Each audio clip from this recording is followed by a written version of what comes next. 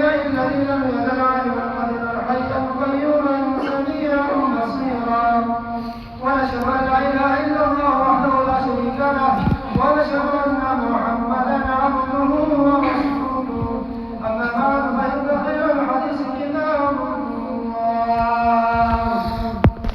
وخير الهدي محمد صلى الله عليه وسلم وشر الأمور محدثاتها وكل محدثة بدعة وكل بدعة